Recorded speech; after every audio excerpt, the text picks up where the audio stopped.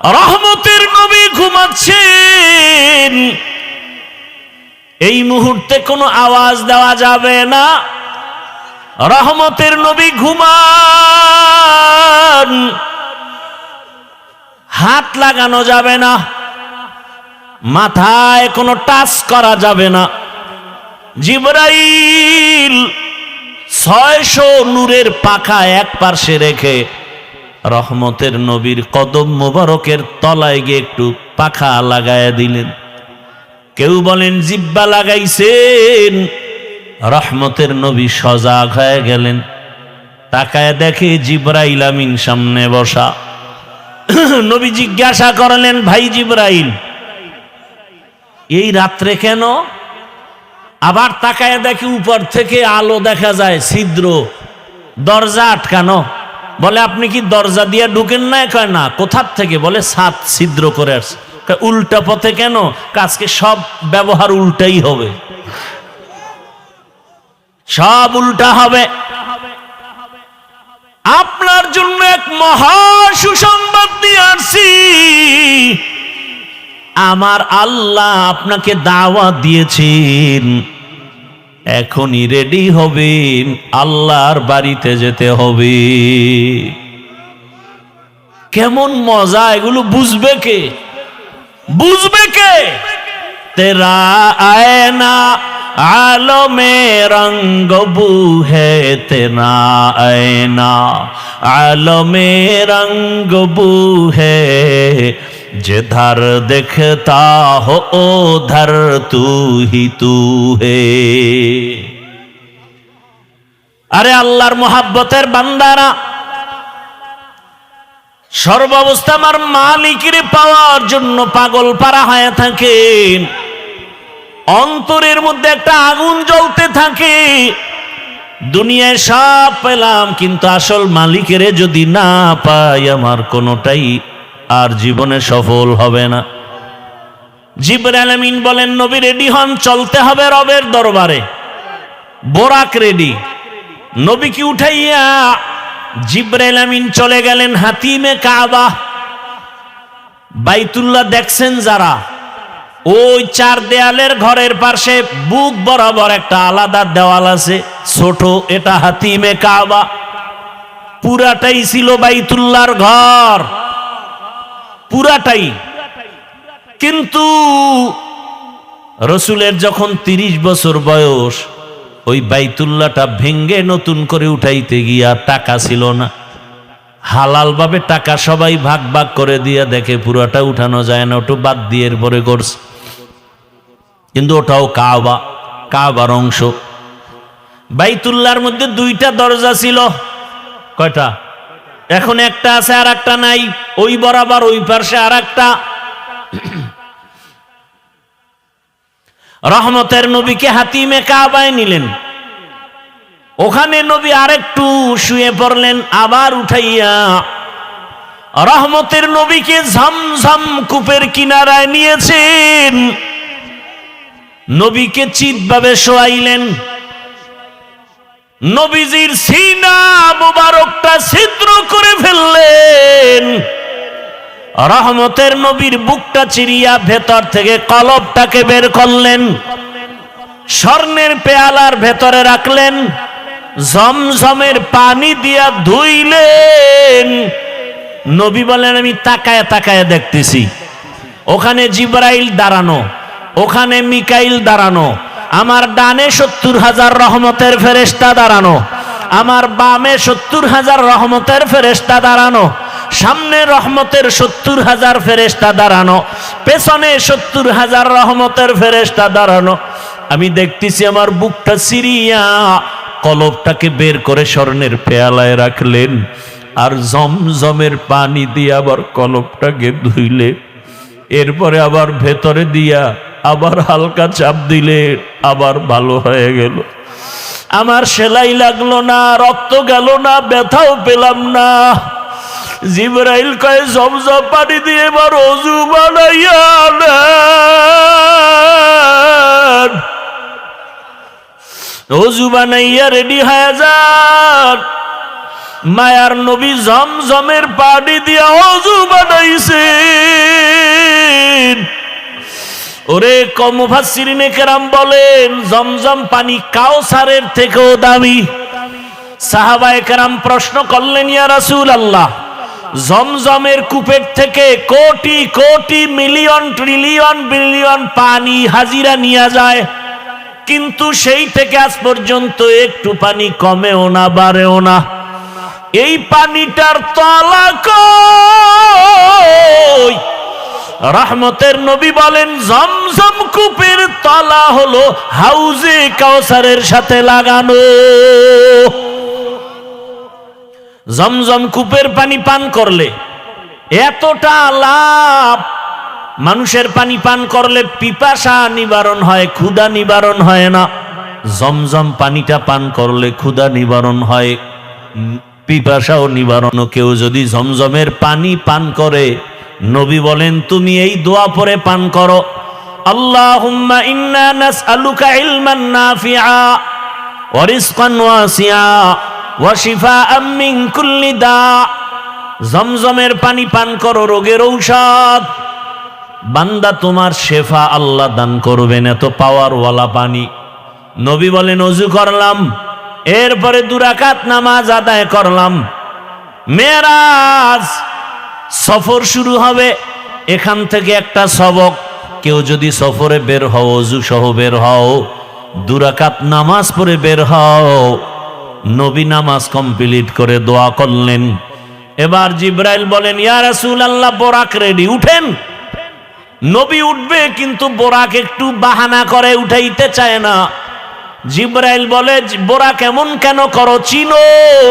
বলে, হ্যাঁ চিনি, নি তো রহমতের নবী।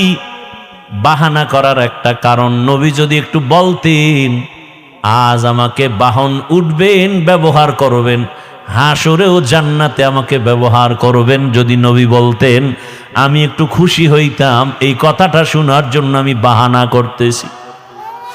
রহমতের নবী আমার পিঠে সওয়ার হয়ে যাবেন। রহমতের নবী উঠলেন, জিবরাইল মিকাইল চলছে। বাইতুল্লাহ থেকে বাইতুল মাকদিস যাইতে 1 মাস লাগে। নবী বলেন আমি তাকায় দেখলাম এই বোরাক একটা কদম দেওয়া মাত্র বাইতুল মাকদিসে হাজির। মসজিদ থেকে মেরাজ শুরু। এজন্যই তো বান্দা মুমিনের মেরাজ হলো নামাজ। মসজিদে গিয়া নামাজে দাঁড়াও, ওখানে ঢুকার সময় ইতিকাফের নিয়তে ঢুকো। দুনিয়াবি কালেকশন সব বন্ধ, এখন রবের সাথে সম্পর্ক, রবের দরবারে হাজির হয়ে গেছো। এজন্যই তো নামাজের মধ্যে কোনো সালাম চলে না, কথা চলে না। কেন? তখন একমাত্র কথা চলে আমার রবের সাথে। নামাজের ভেতরে রবের সাথে কথা চলবে। দুনিয়ার কানেকশন বন্ধ, ব্যবসা বন্ধ, চাকরি বন্ধ, কথা বন্ধ।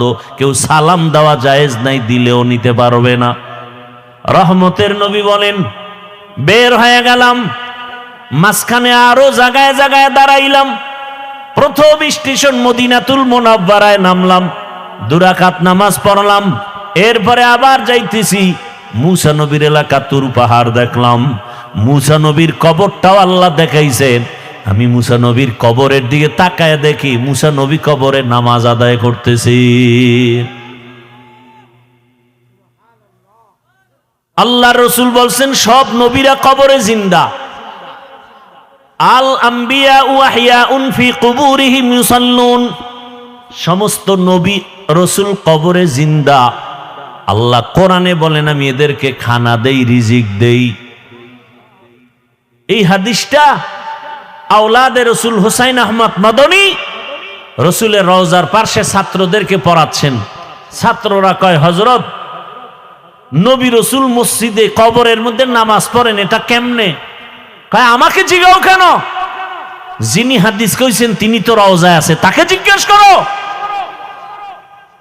ছাত্ররাও তো তেমন আমাদের মতো বেআমল আর বেয়াদব না। আওলাদে রসুলের সামনে ছাত্র কত দামি। সাথে সাথে ওরা মোরাকাবায় গেল। ছাত্ররা মোরাকাবায় দেখতেছেন রহমতের নবী সিজদায় পড়ে আছেন। ভাইরা আমার, বাইতুল মাকদিসে চলে গেলেন। রহমতের নবী জিবরাইল আমিন একটা খুঁটির সাথে বোরাকটাকে বাঁধলেন। ওখানে সব নবী রাসূল এসে হাজির হয়ে গেলেন। জিবরাইল আমিন আজান দিলেন। এরপরে ইকামত, ইমামতি কে করবেন? রহমতের নবীকে আল্লাহ পাক সামনে যাওয়ার হুকুম দিয়ে দিলেন। নবী ইমাম হয়ে গেলেন। প্রত্যেকটা পয়েন্টে অনেক কথা বলার সময় নাই। ওখান থেকে আল্লাহ পাক নবীকে আরশে আজিমের দিকে রওনা করায় দিবেন। বোরাক রেডি। নবী বসলেন, জিবরাইল আমিন বসলেন। এক টানে 500 বছরের পথ চলে গেল চোখের পলকে প্রথম আসমানে। প্রথম আসমানে গিয়া দেখে, নবী বলেন আমি দেখি 2টা দরজা, জমরা দিয়া কুত পাথরের দরজা। দোনো দরজার বাহির সাইডে 2টা তালা লাগানো, নূরের তৈরি তালা। জিবরাইল বলে, এই দারোয়ান গেট খোলো। ভেতর থেকে আওয়াজ আসতেছে, মান আনতা, কে আপনি?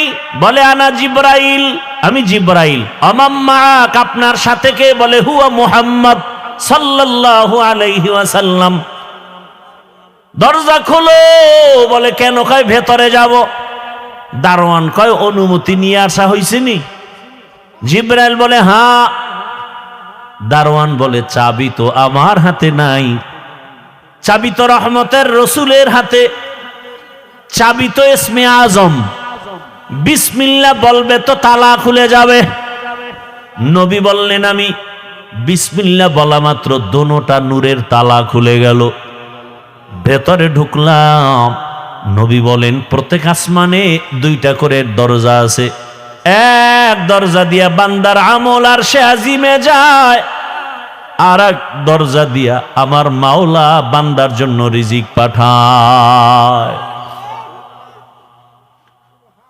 হ্যাঁ, আল্লাহ রিজিক পাঠায় এক দরজা দিয়া, আর এক দরজা দিয়া বান্দার আমল চলে যায়।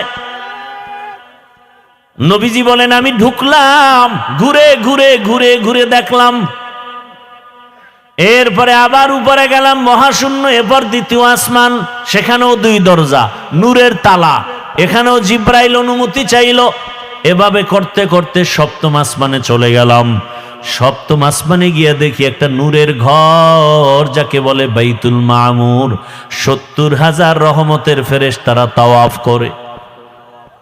একবার যারা সুযোগ পাবে, কিয়ামতের আগে আর সুযোগ নাই। আমি ওখান থেকে আর উপরে গেলাম সিদরাতুল মুনতাহা। রাতের অল্প সময় একটা বড়ই গাছ, তেলের ড্রামের মতো এক একটা বড়ই, আর হাতির কানের মতো এক একটা পাতা, কাল কেলাল। নবী বলেন ওখান থেকে এবার জিবরাইল আলাদা, আল্লাহ আলাদা বোরাক পাঠাইছেন, আর আলাদা একটা বাহন পাঠাইলেন রফরফ নামের। ওখান থেকে আবার সফর শুরু। যাইতেছি যাইতেছি, কত পানি, কত আগুনের স্তর পারায়া যাইতে যাইতে যাইতে যাইতে অনেক উপরে যাইতেছি, অনেক। হঠাৎ পানির স্তর পারাইয়া অনেক উপরে গিয়া দেখি নূরের তৈরি আরশে আজিম। আমি ওখানে গিয়া জুতা খুলতে শুরু করলাম। হঠাৎ করে আওয়াজ আসতেছে, রহমতের নবী জুতা পরে ঢুকেন, আপনার জুতার ধুলি নেওয়ার জন্য আরো অপেক্ষায় আছে। রহমতের নবী ঢুকলেন। আরশে আজিম 8 জন ফেরেশতারা কাঁধে নিয়ে দাঁড়ানো। ওদের পা হলো 7 জমিনের নিচে। ওই ফেরেশতারা জানে না তাদের কাঁধে কি আছে। আরশে আজিমের উপরে হলো আমার আল্লাহর আসন, কুরসি। ওয়াসিআ কুরসিয়্যুহুস সামাওয়াতি ওয়াল আরদ। রহমতের নবী ঘুরে ঘুরে দেখতেছেন আল্লাহ পাকের আসন ওই কুদরতের কুরসির চতুর্দিকে 70,000 নূরের পর্দা লাগানো। আমার নবীকে ভেতরে নিয়ে আল্লাহ কথা বলার জন্য আহ্বান করলেন। রহমতের নবীকে পর্দা একটা একটা খুলেন আর ভেতরে নেন, নূরের পর্দা খুলেন আর ভেতরে যান। কাছাকাছি আল্লাহ পাক আমার রহমতের রসুলকে নিয়া এরপরে কথা বলবেন। আল্লাহ তাআলা বলেন, নবী বলেন, আমাকে আল্লাহর পাশে নিয়া মোহাব্বতের আলোচনা শুরু করলেন। নবী বলেন কোরআনের আয়াত, ফা আওহা ইলা আবদিহি মা আওহা। আল্লাহ তাআলা বলেন, আমি রসুলকে মনের মতো কথা বললাম। এবার আসেন আয়াতের ভেতরে আল্লাহ বলছেন সুবহান, আমি পবিত্র। আল্লাহ তো সব সময় পবিত্র। মেরাজের ঘটনা বয়ান করতে গিয়ে পবিত্র শব্দ বললেন কেন? মুফাসসিরিনে কেরাম বলেন, মানুষ অনেকে কল্পনা করে এটা কেমনে সম্ভব, কেমনে সম্ভব, কেমনে সম্ভব। আল্লাহ বলেন তোমার সব প্রশ্ন থেকে আমি পবিত্র, আমি সুবহানের দ্বারা সম্ভব।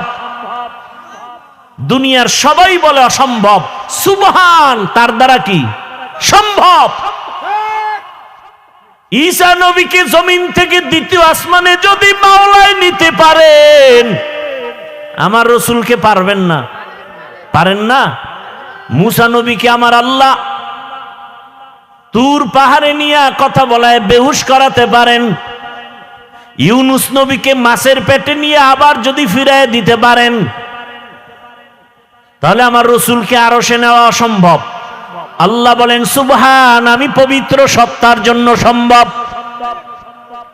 বিলকিসের সিংহাসন সুলাইমান পয়গম্বরের সামনে চোখের পলকে হাজির করেছেন একজন সাধারণ মুসলমান মানুষ, কোরআন ও হাদিসের এলেমওয়ালা, আল্লাহর দেওয়া ইলমের অধিকারী, চোখের পলকে নিয়ে আসছেন। এটা যদি পারে আমার রসুলকে আল্লাহ কেন আরশে আজিমে নিতে পারবেন না? আল্লাহ বলতে গিয়ে বলেন সুবহান, পবিত্র সত্তা, আল্লাযী আসরা বিআবদিহি, ভ্রমণ করাইলেন তার বান্দাকে। এখানে একটা পয়েন্ট খুব খেয়াল করবেন, ভ্রমণ করাইলেন আল্লাহ তার, এখানে বান্দা বলতে কে? মুহাম্মদুর রাসূলুল্লাহ। আচ্ছা, এখানে অনেক কঠিন কথা। কোরআনে হাকিমে আমার আল্লাহ নূহ নবীকে নাম ধরে ডাকছেন, ইয়া নূহ। ইব্রাহিম নবীরে ডাকলেন ওয়ানাদাইনাহু আইয়া ইব্রাহিম। মুসা নবীরে ডাকলেন ওমা তিলকা বিয়ামিনিকা ইয়া মুসা। কিন্তু কোরআনে হাকিমে কোথাও আমার রব আমার রসুলের নাম ধরে ডাকেন নাই।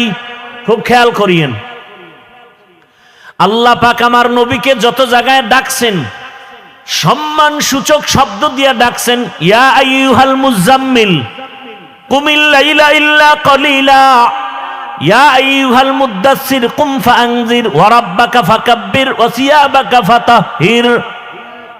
আমার নবীকে রহমাতুল লিল আলামিন উপাধি দিয়ে সম্বোধন করলেন। আমার নবীকে শাহিদা ওয়া মুবাশশিরা বলে সম্বোধন করলেন। আমার নবীকে সম্বোধন করলেন তাহা, ইয়াসিন, কোথাও নাম নিলেন না। কিন্তু শব্দগুলো যে আল্লাহ সম্বোধন করলেন বড় দামি। পৃথিবীর ইতিহাসে রসুলের একটা সফর হলো মেরাজ, এটা বেঈমানেরা মানতে পারে না। এত বিশাল বড় একটা অলৌকিক ঘটনার ক্ষেত্রে আমার রসুলকে একটা দামি শব্দ দিয়ে সম্বোধন না করে শুধু বান্দা বললেন কেন? একটা নরমাল শব্দ। আমরাও বান্দা, ইহুদিরাও বান্দা, খ্রিস্টানেরাও বান্দা, আমার রসুলও বান্দা। বান্দা শব্দ নবীকে কেন বলা হলো? এর 4টা কারণ আছে। কয় কারণ বলবো? একটা কারণ বলি, বাকি বলার সময় হবে কিনা জানি না। আমার আল্লাহ আমার রসুলকে বান্দা বললেন কেন? এত নরমাল শব্দ। আমরাও বান্দা, রসুলও বান্দা, ইহুদিরাও বান্দা, খ্রিস্টানেরাও বান্দা, নবীও বান্দা। আল্লাহ পাক নবীকে বান্দা বলার এখানে 4টা কারণ। 1 নাম্বার কারণ হলো আমার নবী নিজেই নিজেরে বান্দা বললে বড় খুশি হয়ে যান। আমার নবীকে বান্দা বলতে গেলে নবী নিজেই বড় খুশি। ওই যে হুদাইবিয়ার সন্ধির সময় খেয়াল করেন, যখন লেখাপড়া শুরু, লিখতেছে হযরত আলী কাগজ। নবী তো লিখতেও পারেন না, দেখা পড়তেও পারেন না। এখন সন্ধির মধ্যে লেখছে মুহাম্মদ ইবনে আব্দুল্লাহ মিন রাসূলিল্লাহ, আল্লাহর পক্ষ থেকে যিনি রসুল তিনি মুহাম্মদ আব্দুল্লাহর ছেলে। এখন মুশরিকরা কয়, এই রসুল লেখা হলো কেন? রসুল যদি মানি তা তার সন্ধি থাকে না। আমরা তো মুহাম্মদকে মুহাম্মদ মানি, রসুল মানি না। এখন ওমর তরবারি নিয়ে রেডি, নবী অর্ডার দিলি সাইজ করে ফেলাম। নবী কয় না, ঝগড়ায় যাইও না, চুক্তি হইতেছে, এইবার রসুল নামটা কেটে দাও আলী। আলী কয়, নবী আপনি কি রসুল না? বলে হ্যাঁ। ওটা কাটবো কেন? আমার কল্লা কাটতে পারি, রসুল কাটবো না। ওমরও রেডি, কাটবে না। এইবার নবী কয় তাহলে আমার কাছে দাও। নবী নিছেন চুক্তিপত্র নিয়ে, বলে রসুল শব্দটা লেখা কোথায়, আমাকে আঙ্গুল দিয়া ধরাও। নবীকে ধরায় দিছে। নবী শাহাদাত আঙ্গুলটা রেখে এভাবে একটা টান দিছেন, লেখা মুছে গেছে।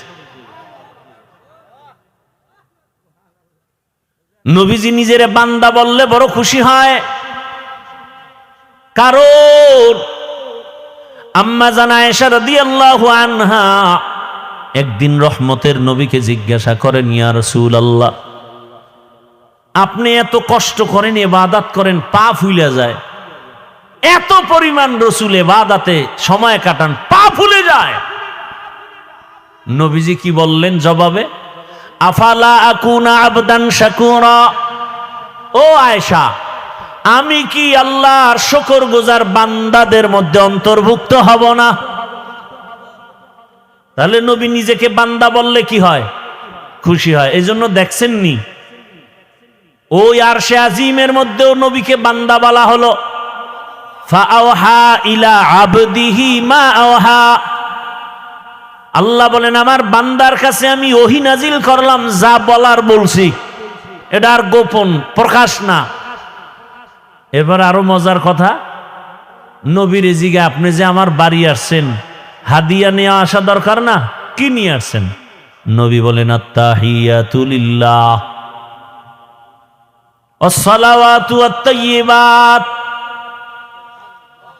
তিনটা নিয়ে আইছি হাদিয়া। আল্লাহ কয় আমিও তিনটা দিলাম। আসসালামু আলাইকা আইয়ুহান নবী ওয়া রাহমাতুল্লাহি ওয়া বারাকাতুহু। নবী কয় আমি একা নিলাম না, আমার উম্মতেরও ভাগে লইলাম। উম্মতের কান্ডারি নবী,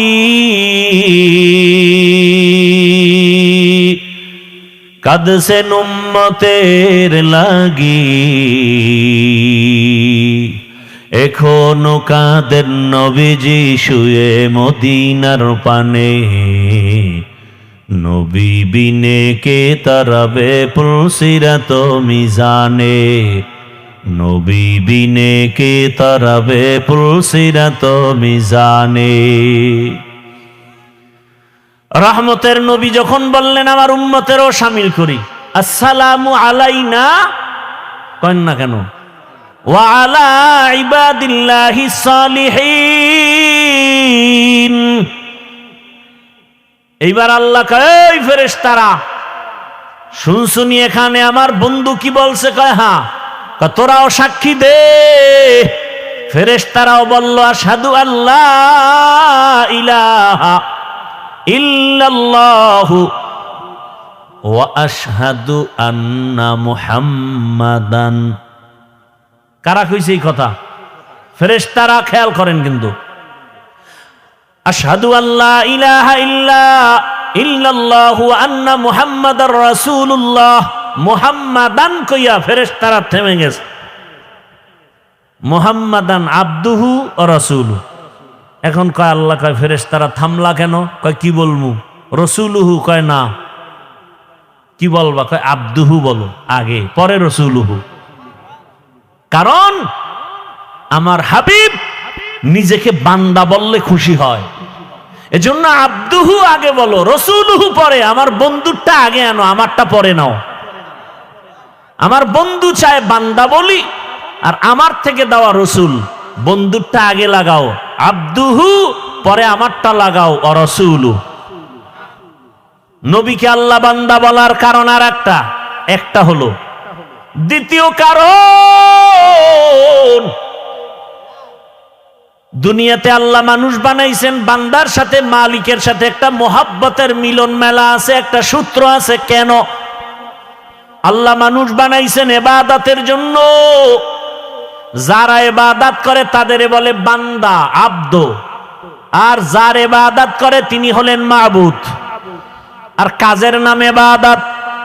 দুনিয়াতে যত ইবাদত করনেওয়ালা বান্দা আছেন, এর মধ্যে শ্রেষ্ঠ ইবাদত করনেওয়ালা হলেন আমার নবী। আমার নবীর মতো ইবাদত করনেওয়ালা কেউ? কেমন ইবাদত করনেওয়ালা শোনাবো একটা ঘটনা, না ধৈর্য হারায় ফেলছেন? ও পর্দার আড়ালের আম্মা জানেরা, বোনেরা, একটু ভালো করে শুনেন। রহমতের নবী, কত মায়ার নবী। আম্মা জান আয়েশা রাদিয়াল্লাহু আনহা নবীর ঘরে, নবী একদিন এশার নামাজ পড়ে ঘরে ঢুকলেন। আম্মা জান আয়েশা রাদিয়াল্লাহু আনহা বলেন, দুনিয়ার সব মানুষের একটা সূর্য সকালবেলা পূর্বাকাশে উদিত হয়, আর আমি আয়েশার একটা স্পেশাল সূর্য আছে, এশার নামাজের পরে আবার হুজরায় উদিত হয়। আমার মায়ার নবী আম্মা জান আয়েশা বলেন, আমি একদিন চিকন একটা সুই নিয়ে সেলাইয়ের কাজ করতেছি, হঠাৎ সুইটা পড়ে গেল। আগুন নাই, বাতি নিভে গেছে, তেল নাই। আমি সুইটা পাই না, অপেক্ষা করতেছি অন্ধকারে। হঠাৎ আমার সূর্য ঘরের মধ্যে চলে আসছে। রহমতের নবী ঘরে আসা মাত্র আমার ঘরটা আলোকিত হয়ে গেছে। আমি সুইটা দেখি খুঁটির গোড়ায় পড়ে আছে। মায়ার নবী ঘরে আইসাই বলে, ও হুমায়রা। নাম কি? আয়েশা। নাম কি? নবী মাজা কইরা মায়া কইরা ডাকছেন কি? হুমায়রা। কারণ আম্মা জান আয়েশা রাসূলের সাথে বিবাহ হয়েছে 6 বছর বয়সে। আর আম্মা জানের 9 বছর যখন বয়স, রাসূলের ঘরে আসছেন। 18 বছর যখন বয়স, তখন নবী চলে গেছেন। হিসাবটা বুঝে থাকলে বলেন, 6 বছরে বিবাহ হলো, 9 বছরে আম্মা জান নবীর ঘরে গেলেন। আর 18 বছর বয়সে রাসূল দুনিয়া থেকে চলে গেলেন। আম্মা জান রাসূলের ঘরে সংসার করলেন কতদিন? কয় বছর? আম্মা জান আয়েশা মাত্র 18 বছরের নারী, নবীর সোহবত পেলেন মাত্র 9 বছর। আম্মা জান বলেন, আমি এই 9 বছরে রাসূল থেকে কি পাইছি শুনো। ও পর্দার আড়ালের আম্মা জান আয়েশা রাদিয়াল্লাহু আনহা বলেন, আমি 9 বছর রাসূলের ঘরে থেকে আমি 2000-এর উপরে হাদিসের হাফেজা হয়ে গেছি। কোরআনের ভেতরে বড় তাফসীর করেনওয়ালা আম্মা জান আয়েশা। আম্মা জান বর্ণনা করেন আর বলেন, নবী আয়েশা ঘরে ডাক দিয়ে বলেন, ও হুমায়রা। আমি তো খুশি। নবী মুস্কি হাইসা কয়, আজকের রাতের জন্য আমাকে একটু ছুটি দিবেননি? আমি আয়েশা পেরেশান হয়ে গেলাম, নবী আমার কাছে ছুটি চায়। তো ভাবছি বোধহয় কোনো বিবির ঘরে যাবেন। আমি মুস্কি হাসলাম, ইয়া রাসূলুল্লাহ, আপনি কোথাও যাবেন আর আমি না বলবো, এটা কেমনে হয়?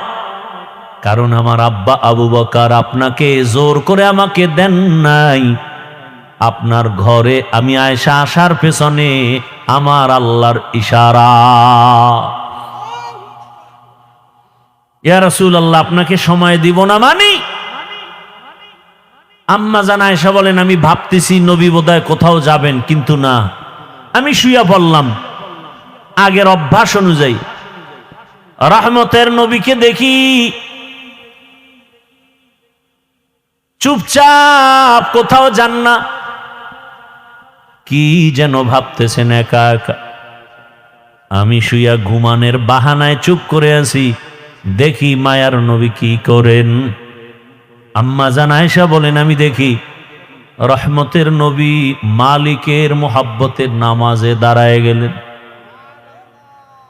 মায়ার নবী নামাজে দাঁড়ায় গেলেন, নামাজ শুরু করে সূরা ফাতিহা পড়তেছেন। আমি আয়েশা রাসূলের আওয়াজগুলো কানে শুনতেছি। রহমতের নবীর তেলাওয়াতে এত মজা, আমার ঘুম ভেঙ্গে আমি তাকায় আছি, রহমতের নবী তেলাওয়াত করে নামাজে।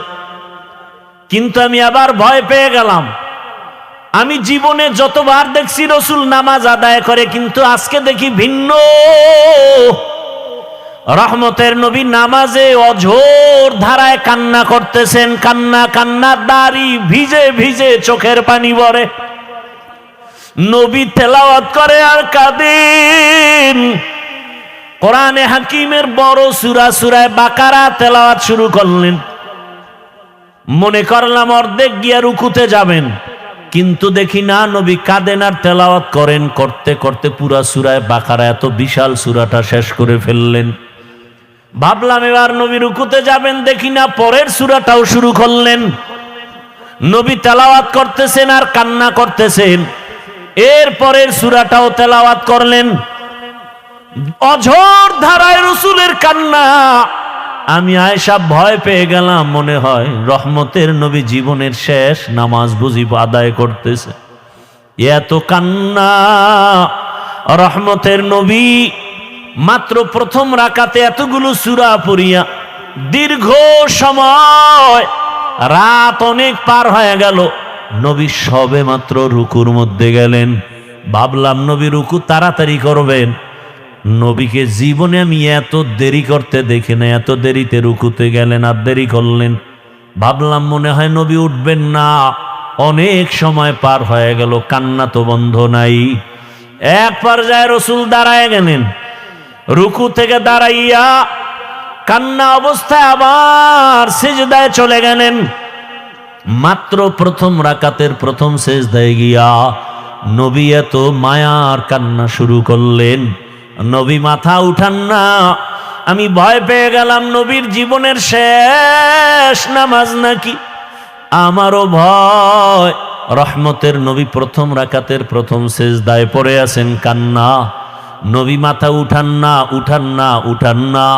হঠাৎ করে আমি আয়েশা কান সোজা করে শুনি মসজিদের হুজরার বাহিরে বেলালের কণ্ঠের আওয়াজ।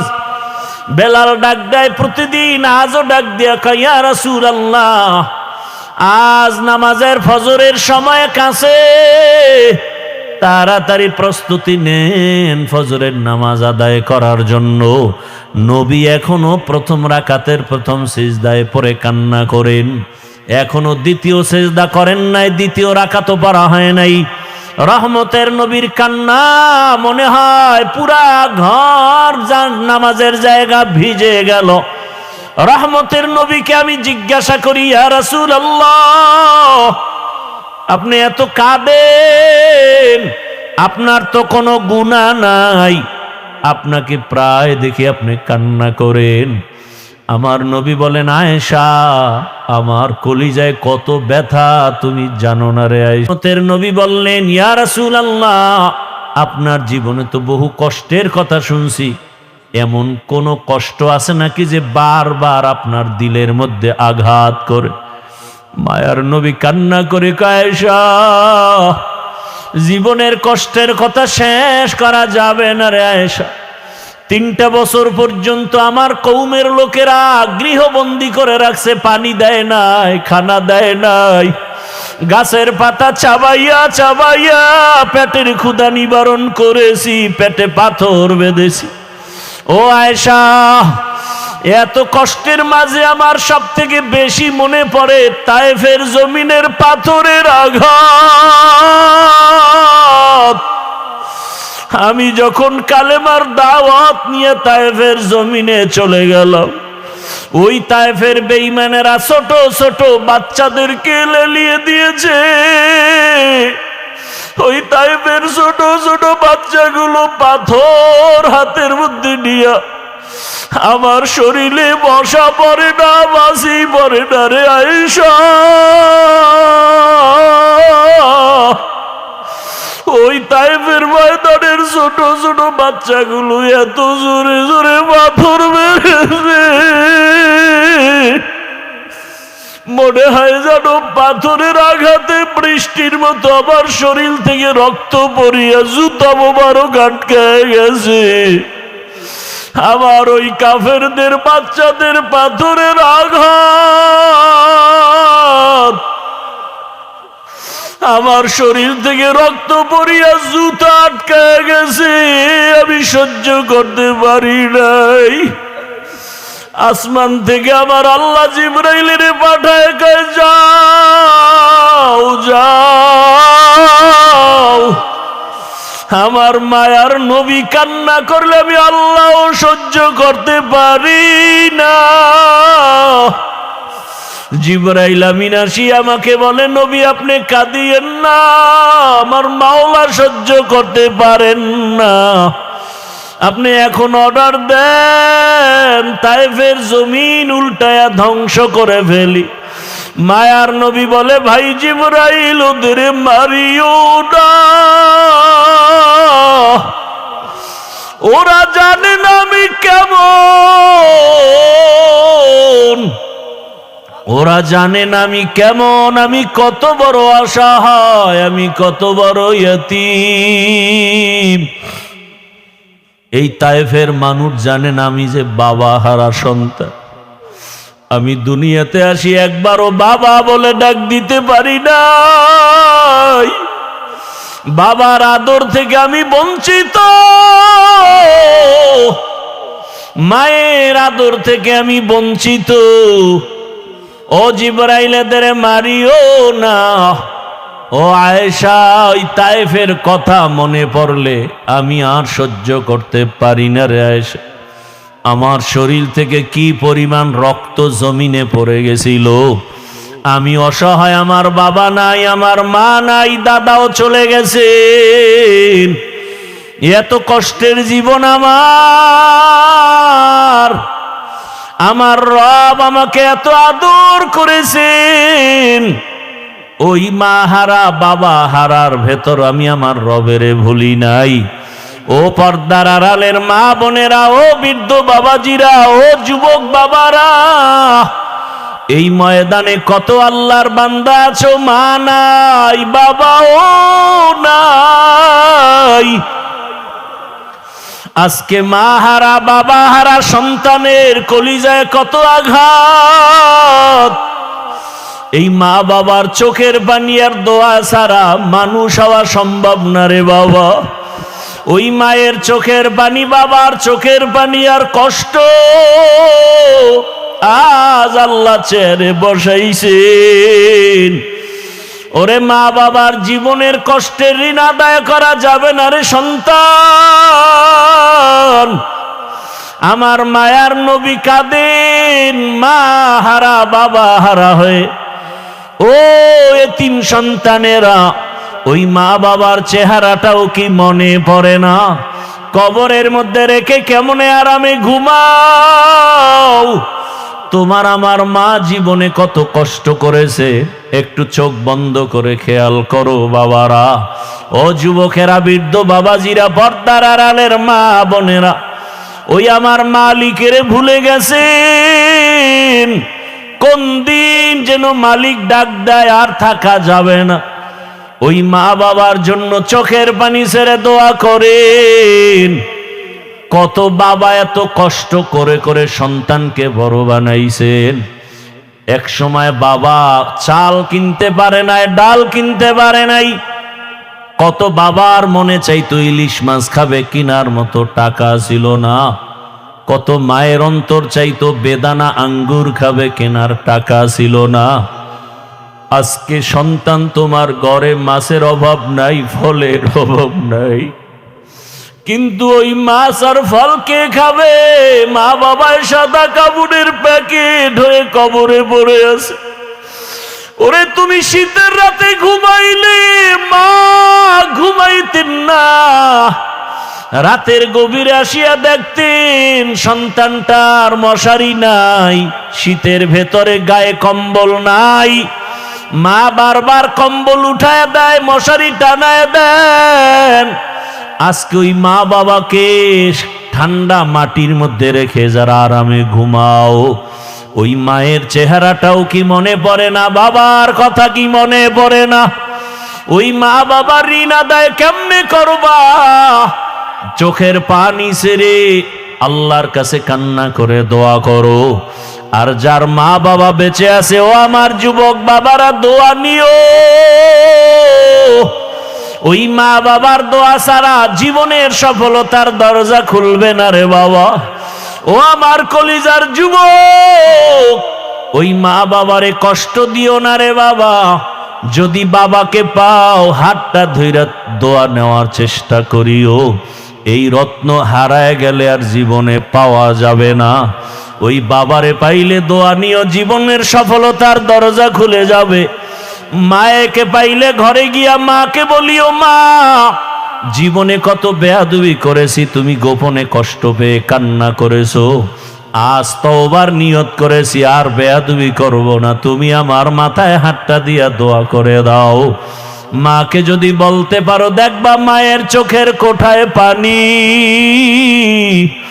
মা ডেকে বলবে, বাবা আয় আয়। আল্লাহর মোহাব্বত নিয়া মাথায় হাত দিয়া ডাকবে, ও আরশে আজিমের মালিক, আমার কলিজার সন্তানটাকে কবুল করে নাও। ও সন্তানেরা, ওই মা বাবার দোয়া নিয়ে আগায়া যাও। ওলামায়ে কেরামের দোয়া, শিক্ষকের দোয়া নিয়ে গাও। ও পর্দার আড়ালের মা বোনেরা, একটা আদর্শ সন্তানের মা হইয়া কবরে যান। ওরে সন্তানের ভবিষ্যৎ চিন্তা করে ভালো আদর্শ যদি দিয়া যাইতে পারেন, সন্তান এক সময় দোয়া করবে আর গর্ব করবে, আমার মা কত ভালো, বাবা কত ভালো ছিল। আমার মা নামাজের সময় নামাজ আদায় করত, কোরআন তেলাওয়াত করত, কখনো বেগানা নিয়ে পড়ে থাকতো না, মোবাইল নিয়ে পড়ে থাকতো না। আমার বাবা কত আদর্শবান, আমার বাবা নামাজ পড়তো, আদর করত, নামাজ ছাড়তো না, বেপরদায় চলতো না, বেগানার দিকে তাকাইতো না। আর যদি মা বাবারা খারাপ আদর্শ রেখে চলে যান, সন্তান এক সময় মনে মনে ধিক্কার দিয়া বলবে, আমার মা বাবা এত খারাপ ছিল, আমি কেমনে ভালো হব। আমার মা বাবা দুজন তর্ক বিতর্ক ঝগড়ায় লিপ্ত থাকতো, নামাজ নাই, রোজা নাই, তেলাওয়াত নাই, সারাটা দিন মোবাইলে গুনাহ দেখতো, বেগানার পেছনে দৌড়াতো, তেলাওয়াতের খবর নাই, আমাদেরকেও ভালো লাইনে চালায় নাই, হারামের উপার্জনের পেছনে চলে যাইতো। ধিক্কার জানাবে রে মা বাবা, এখনো সময় আছে, তওবা করেন, আল্লাহর কাছে মন খুলে দুফোঁটা চোখের পানি ছেড়ে বলেন, হে মালিক, জীবনে তো গুনাহ কম করি নাই, আজ থেকে গুনাহ করব না, নামাজ ছাড়ব না, বেপরদায় চলব না। আর যুবকেরাও তওবা করো, আর কোনদিন মা বাবার সাথে বেয়াদবি করবা না, নামাজ ছাড়বা না, দাড়ি কাটবা না, বেপরদায় চলবা না। মা বাবার দোয়া নিয়া, শিক্ষকের দোয়া নিয়া, উলামায়ে কেরামের দোয়া পরামর্শ নিয়া, রসুলের মোহাব্বত নিয়া, নবীজির আদর্শ মেনে চলবা। জান্নাত পাওয়া যদি সোজা হইতো, জান্নাতের টিকিট হাতের মধ্যে পেয়ে আবু বকর সারাটা জীবন কেন কান্না করলেন? রহমতের নবী আমার এশার নামাজের সাথে সাথে ঘুমায় যান, কারো সাথে কোনো কথা নাই। রহমতের নবী মসজিদে নববীর পার্শ্বেই তো হুজুরা আম্মা জান আয়েশা রাদিয়াল্লাহু আনহার হুজুরা। এশান নামাজ আনতে নবী ঘুমিয়ে পড়েছেন।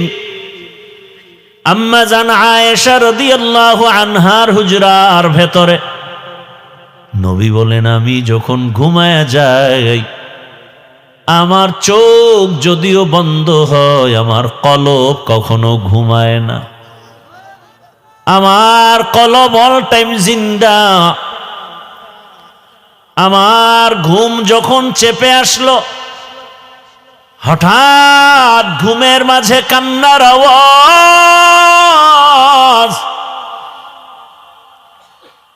আমার চোখ ঘুম ভেঙ্গে চোখ খুলে গেল। আমি সজাগ হইয়া হুজরা থেকে বের হয়ে আমি নজর করে দেখলাম মসজিদের মধ্যে কান্নার আওয়াজ। এই গভীর রাতে কে কাঁদেন? ভাবছিলাম কোনো সাধারণ কোনো বান্দা।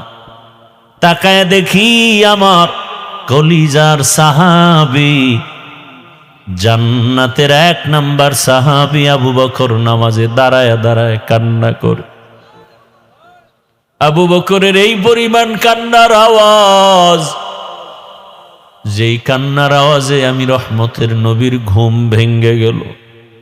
আমি অপেক্ষায় দাঁড়ায় আছি, আবু বকর নামাজে হাউমাউ করে কাঁদতেছে। নামাজ শেষ করার পরে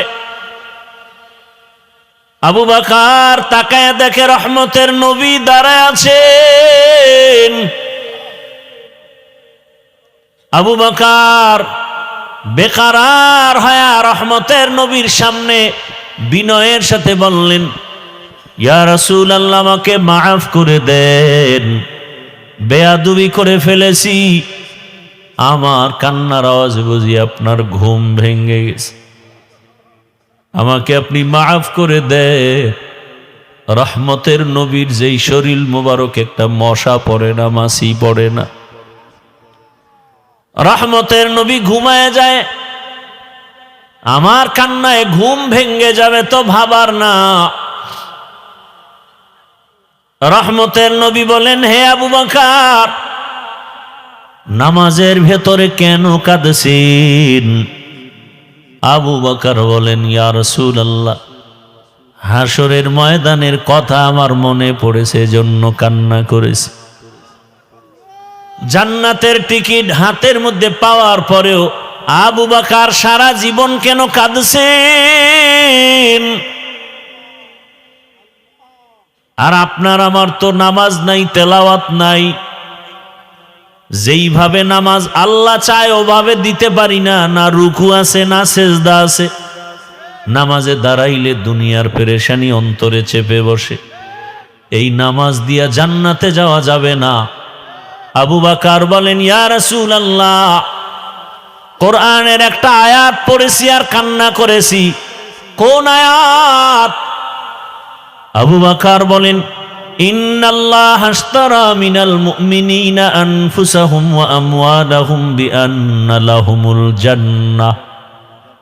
আল্লাহ এই আয়াতে বলেছেন, আমি মুমিনের জান মাল কিনে নিয়েছি, বিনিময় মুমিনের জান্নাত দিয়েছি।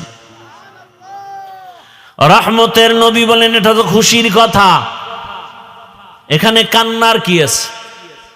আবু বকর বলেন, না, হাসরের ময়দানটা বড় ভয়ঙ্কর। সব মানুষগুলো উলঙ্গ দাঁড়াবে, নারী পুরুষ সব একসাথে উলঙ্গ দাঁড়াবে। এমন কঠিন হালাত যে একদিকে সূর্যের গরম,